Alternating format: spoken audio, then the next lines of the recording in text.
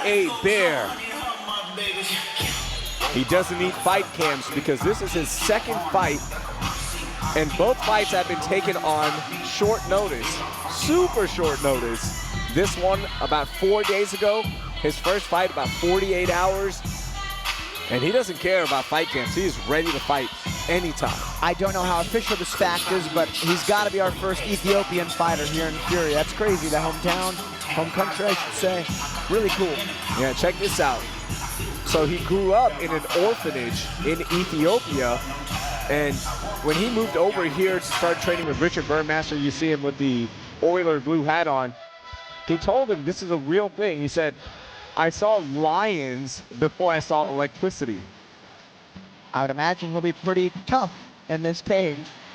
That's crazy. That's cool.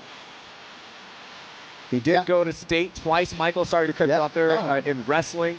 Played football as well growing up here in the States. And this kid, by all accounts, talking to all his teammates and his head coach, Richard Burmaster, he's a real deal.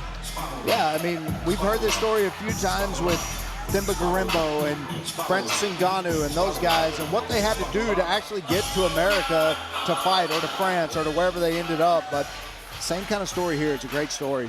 Let's meet his opponent. Please welcome to the red corner, Antonio Gonzalez. Now, with all that being said, he has a tough opponent in front of him in Antonio Gonzalez. Lost his debut to Gerald Crawford at Fury Challenger Series 14 back in July of last year. Hasn't fought since.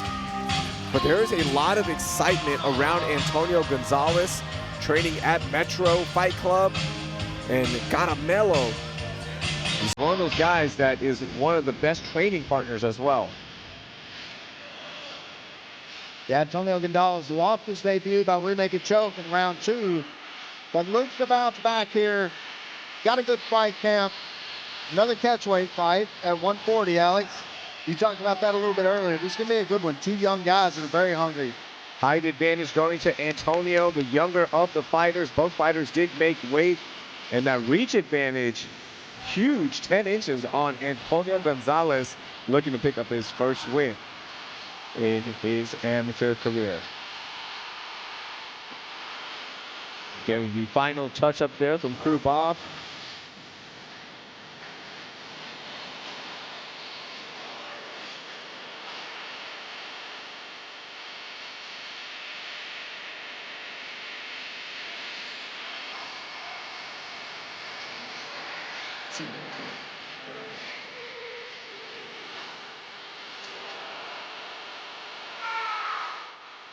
All right, he is inside the cage. Let's get our official introductions.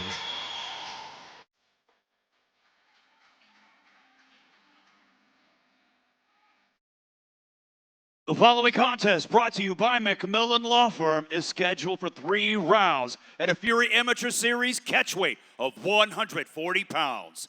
Introducing to you first, fighting out of the blue corner. This strong-style mixed martial artist stands 5 feet 6 inches tall, and he weighed in officially at 139.4 pounds.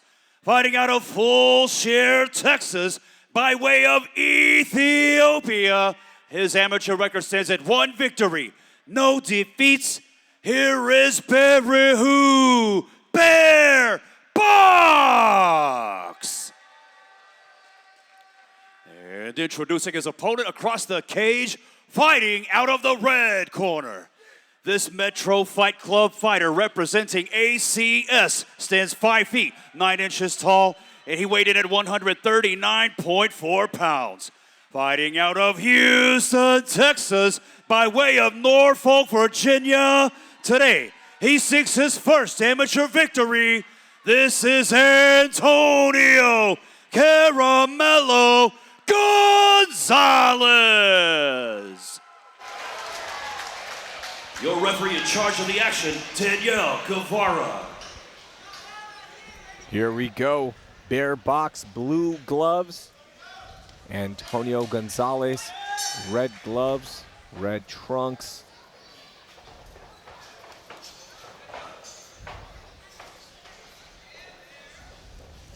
Antonio Gonzalez looked like he was going to try to fight the cameraman. Oh. Before Yeah, the fight. he was hyped up. Yeah. Bear's got the better positioning here. Got the body lock, got the duck under.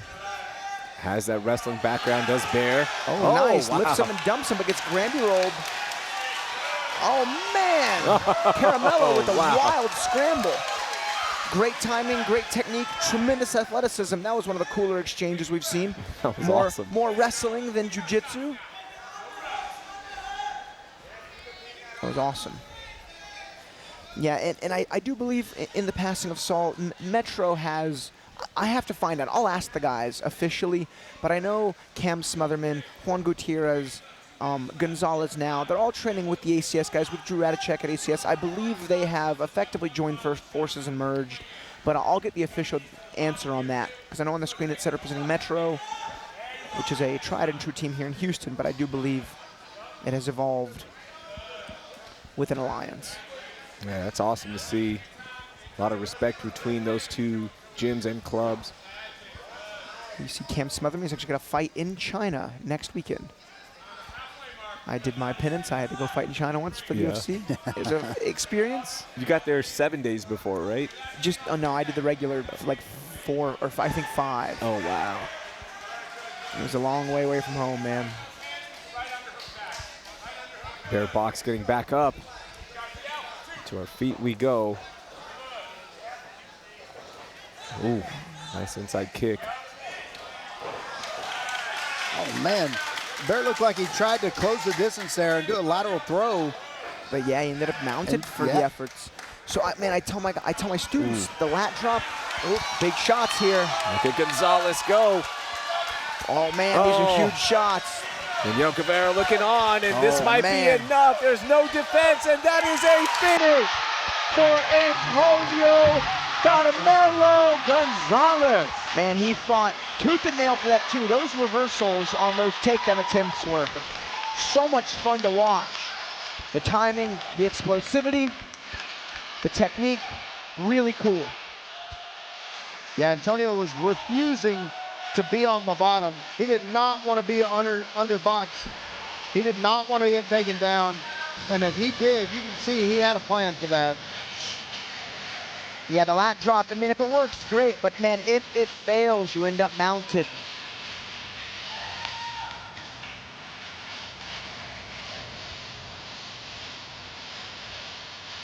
And that is a 20-year-old to watch out for, picking up his first win. Some of the best transitions. Looked like he was just one step ahead the entire round. That's all we got was a round. And Wayne is back inside. Let's make it official. Ladies and gentlemen, referee Daniel Guevara calls for a stop to the action. 2 minutes, 15 seconds into the very first round, declaring your winner by TKO, Antonio Caramello Gonzalez.